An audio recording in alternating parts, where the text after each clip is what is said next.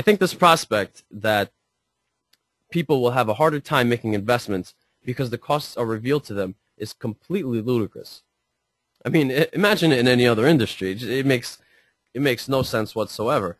I mean, have you ever walked into a car dealership and the company has taken all of the prices off of the cars?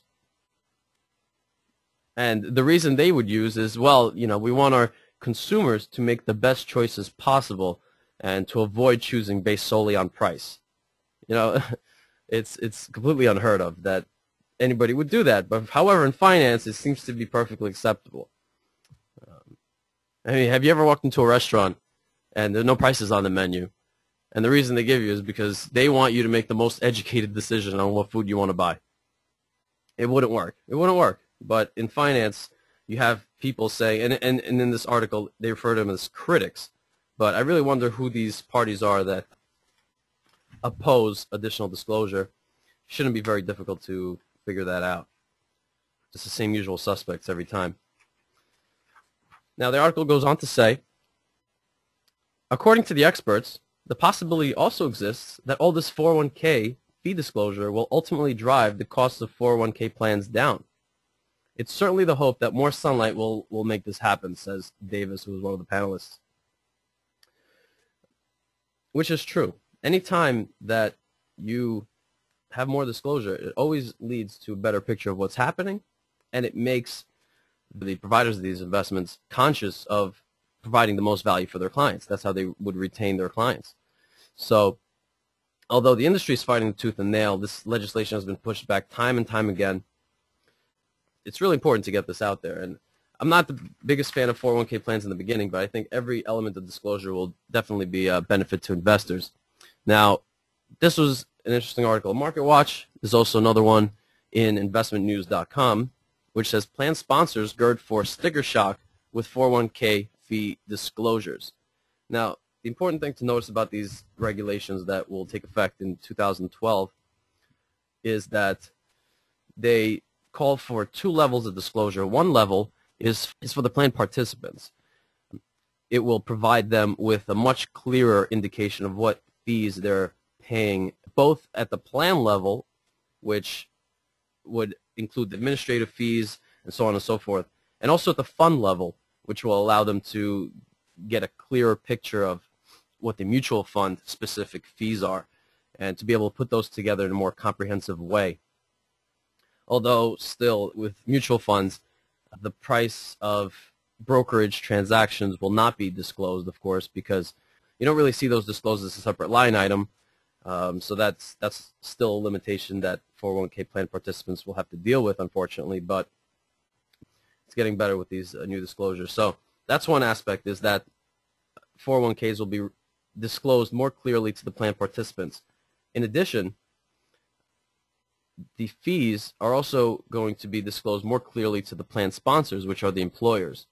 So employers are going to get a much better picture of what their employees, what kind of deal they're getting, which is interesting, because right now many employers probably have no idea of the fees that are actually being charged within these plans, unfortunately. It says companies ignorant about charges levied by plan managers, advisors, and don't seem all that keen to find out.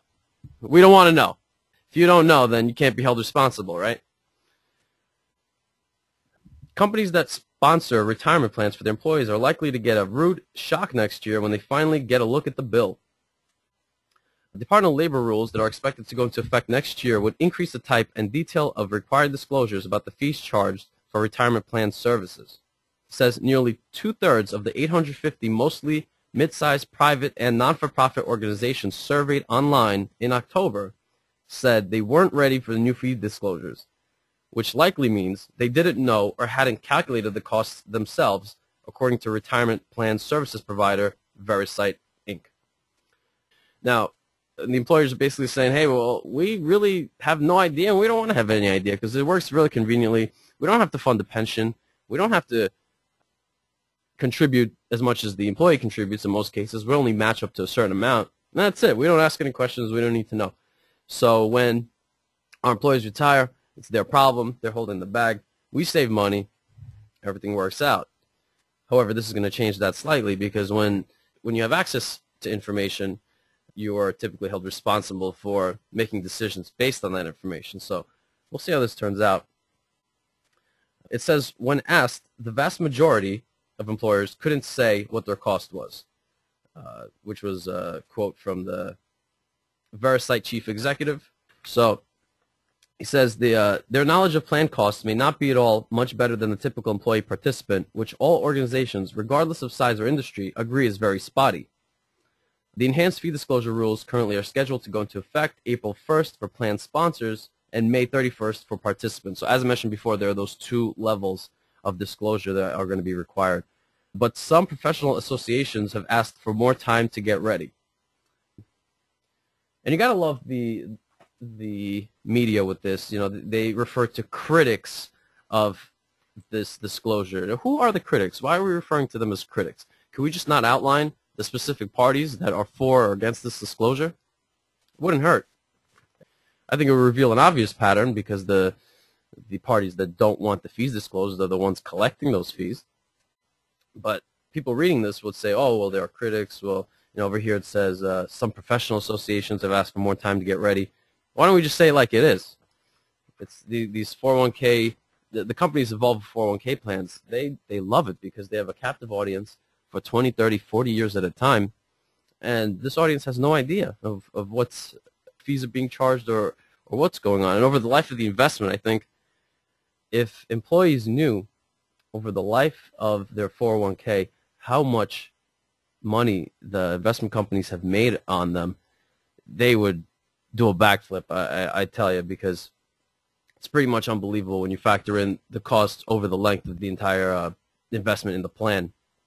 It's really mind-boggling, and we'll see how this turns out. I think it's going to be really good for the employees who really are in a difficult situation because they have not been adequately educated in the alternatives, and they sort of go headfirst into the 401k because they've been told by the media, by mommy and daddy, that that's what you should do. However, it's just not working out. The reality is it's not really working for people as well as it should be.